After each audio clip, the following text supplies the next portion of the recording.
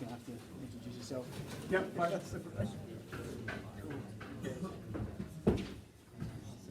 Okay, welcome.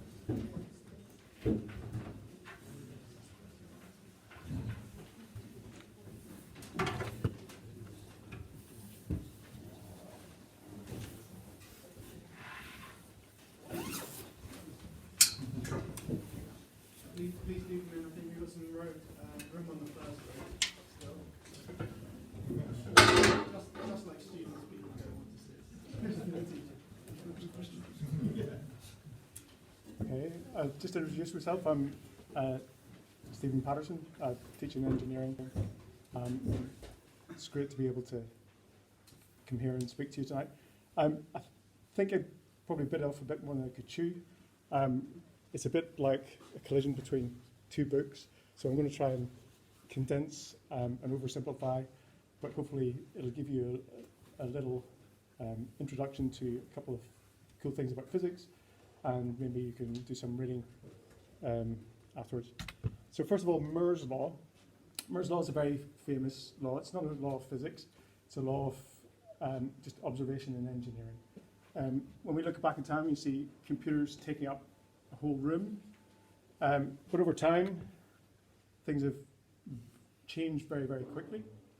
And Moore's law is if you plot computing power on a log graph, so this isn't just a normal scale, this goes up by a factor of 10 here, factor of 10, factor of 10.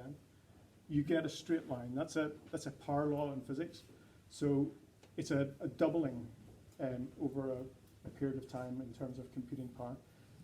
Normally quoted as about 2 years or 18 months. Computing power doubles every year. Now, where that might go is very speculative, but that's where I'm going to start. But, first of all, going back in time, just to show you how fast things are going now. This is sort of below the bottom of that graph. That previous graph was transistors on a chip, number of transistors on a chip, which doubles every 2 years. But you can take the curve back further in time in terms of computing. So before the transistors on a chip, you had single transistors, valves, mechanical switches, punch cards, right back to Babbage's computer here. So this is the evolution of computing over longer time scales than just the silicon wafer chips. This amount of increase in computing power over the first 90 years of computing is about what gets added in terms of computing power on average every hour of development currently.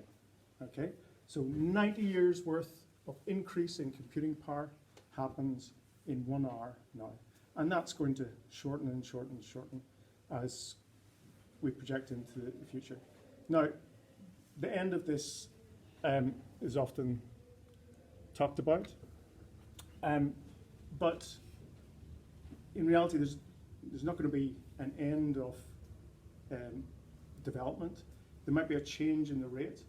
At every point where it's been predicted that there's going to be a point that we can't go further, someone has managed to come up with a clever idea to develop things further. If we project into the future, the dates might be wrong, but at some point, computing power, well, we're already actually at the level of being able to model a mouse brain. There's a project called the Human Brain Project that has started on synaptome, a model of a mouse synapse, and all its connectives to the rest of the brain. So if you model all of that, it's called the connectome. So they can model a mouse brain on current technology.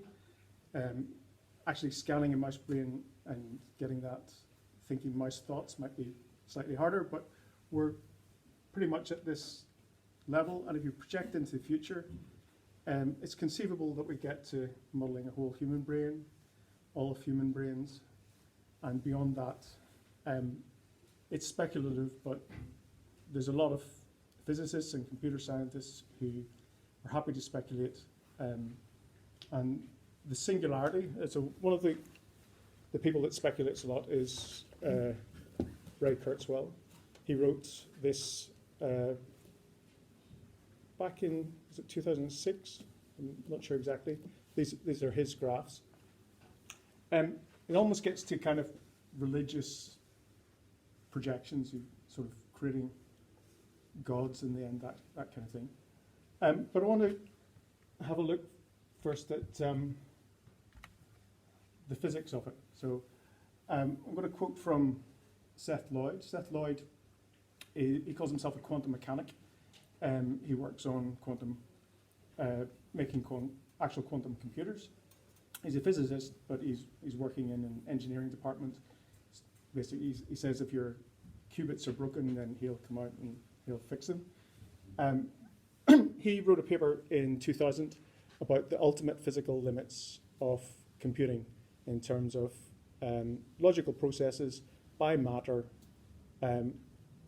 If we forget about engineering, what are the physical laws limiting computation? And his conclusions. So he calculated how to make them incredibly faster. There's, as computers go faster, they generate more heat. Pretty much it's a universal physics law. If you increase the energy, or if you increase the frequency, you increase the energy. So if you want to do more and more calculations, you need to turn more and more of your object into energy. So his laptop is a theoretical box, 1 kilogram and 1 liter, doing the maximum possible calculations that could be allowed by the laws of physics.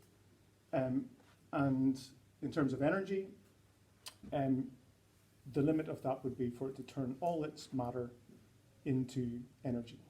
Okay, so that's pushing the limit. In terms of memory space, the limiting factor is how many possible arrangements of those atoms you can get. That's very closely related to thermodynamic entropy and temperature. So hotter the better. Hot stuff tends to be really disorganized, so you need it to be in an ordered state still, so you know where all those particles are, and they're calculating incredibly fast and producing a result of the calculation. So really ordered state would be low entropy, so low entropy, high temperature. Normally you don't get both those things going together, but you can get trade-offs, and one is between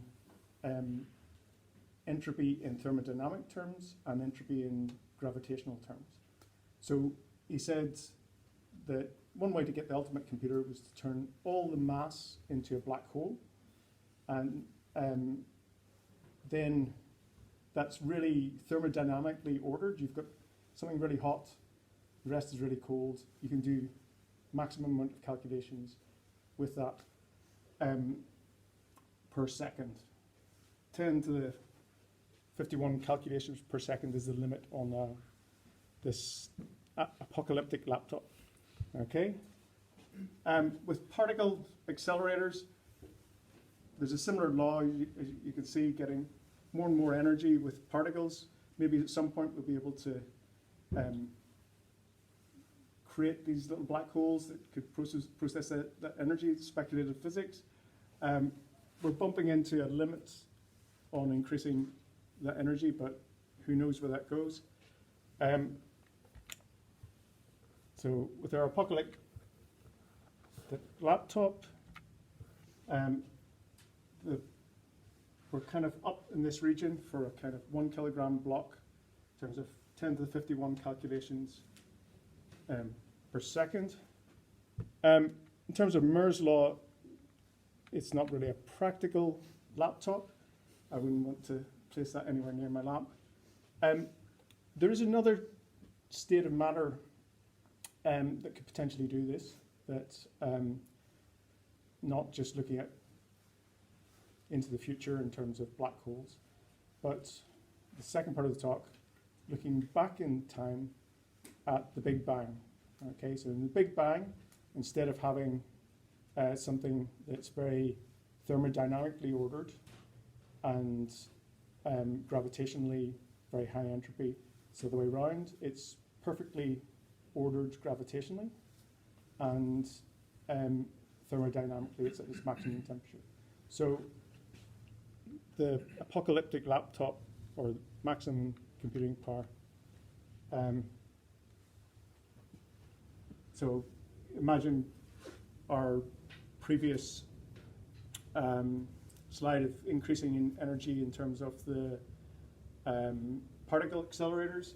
As we get higher and higher energies in particle accelerators, we manage to probe experimentally earlier and earlier times in the universe, experimentally.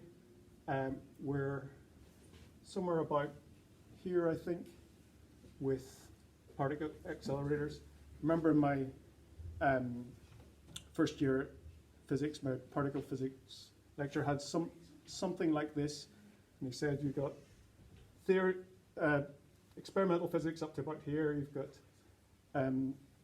theoretical physics around here, and then back here is theology. So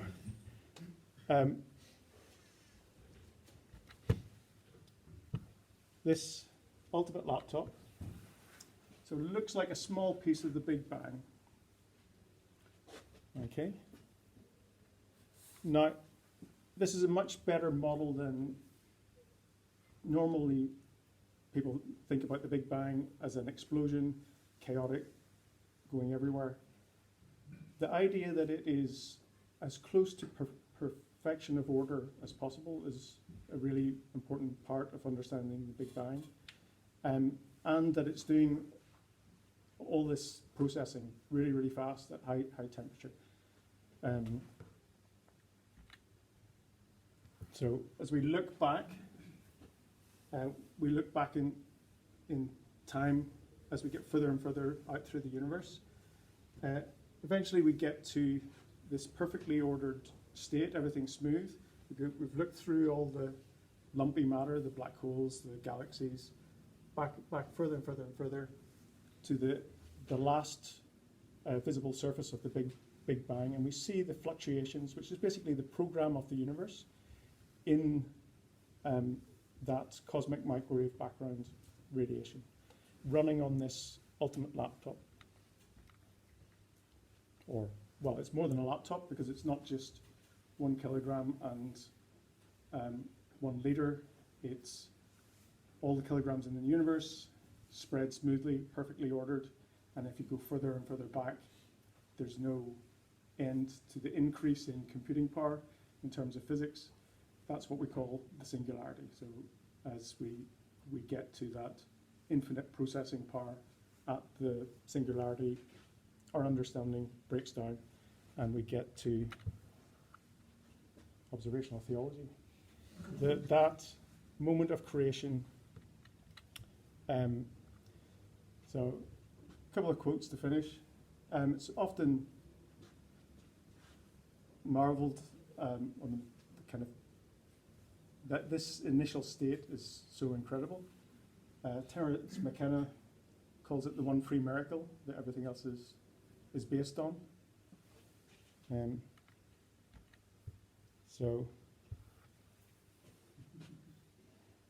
In the book of Programming the Universe, Seth Lloyd talks about in the beginning was the bit, so this information coded into the universe at the beginning and everything being made through it. The Logos, right? It's Logos universe rather than Lego universe. And I'll just finish with a quote from Max Planck, who's one of the founders of quantum mechanics. So all matter originates and exists only by virtue of force. We must assume behind this force the existence of a conscious and intelligent mind. This mind is the matrix of all matter. Very speculative, back to the matrix theme. But it opens up bigger mysteries if you have this infinite computing power at the beginning that computes the universe, and the universe exists. Okay. Any questions? Just a brief skim of some very big topics. Can you, sorry, Yes. the Big Bang, the point of the Big Bang, you talked about gravitational entropy being low. Not only low, Thermodynamic. but approaches zero, so it's perfectly ordered, yes. Right. And thermodynamic is, Well, entropy is Thermodynamic, because everything is in contact with everything else, the thermodynamic smoothness of the universe is actually one of the mysteries of cosmology that hasn't been fully explained. So everything looks like it's in perfect thermal contact with each other. We struggle to understand how that could be the case with it expanding so fast, but it is the case that it's at maximum thermodynamic disorder apparently, but that's in the context of it being perfectly smooth gravitationally. So it has those aspects of the ultimate universal computer. And then at the moment of the Big Bang, Yep. it flips, or what? So it goes from So from the Big Bang forward, the evolution is one of increasing entropy. So entropy inevitably always increases. So if you have something perfectly balanced, any slight imbalance in terms of gravity, if there's slightly more matter here than here, then there's a runaway effect. And you get more and more clumping of matter. Eventually you get initial black holes and supermassive black holes and galaxies and stars. And all that clumping, there's gravitationally, there's so many different ways that you could arrange that. That's a very high gravitational entropy. In terms of thermodynamics, the eating up of that gravitational order creates these thermodynamically ordered spots in the sky. So that order goes into thermodynamics. We get a hot spot, the sun, and what we get chiefly from the sun is that order. So via the plants we eat, we are eating the order that is initially in that Big Bang, and that's the fundamental mystery of creation is that order. So once you have that perfectly ordered state, the universe evolves from it. But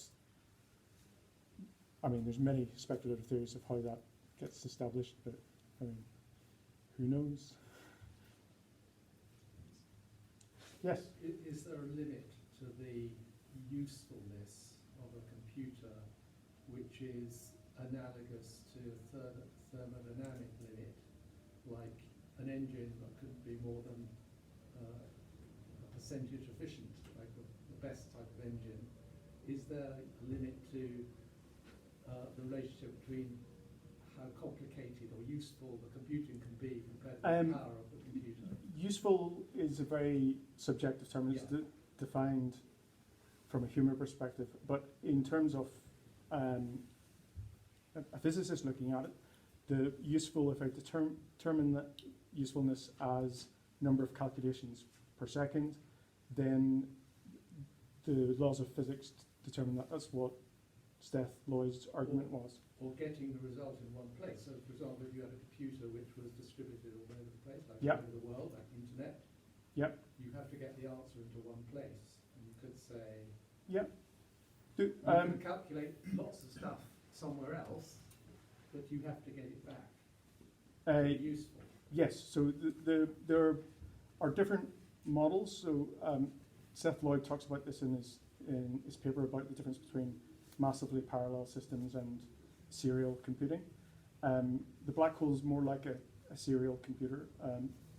The Big Bang is more like a parallel computer, computing multiple things at the same time and coming to conclusion. So the different architectures would have different systems for communicating something to a point. But yes, in theory that would work. You could come up with something that would produce an answer if you knew how to set it up. Yes. Lots of ifs. Yes. Can you explain why you need low entropy to increase computer power? That's a hard concept to grasp. And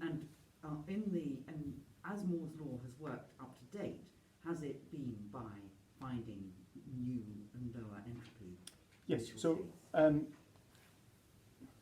so low entropy is you've perfectly defined every point in that system. You know where they are. So our increase of Moore's law in terms of defining smaller and smaller computation units in terms of the silicon switches, the transistors, that's effectively reducing the entropy of that system. It's a more ordered system to have more switches controllable at a smaller level. So we're putting more and more effort into creating blobs of matter with more and more order, yeah, which is less entropy, and they're processing faster, so they operate at a hotter temperature. It's analogous to what's happening in computing, yes. Yeah, we're on a changeover. Yeah, I think we're just past 20 past 6. Okay. Can we thank Steve for his talk?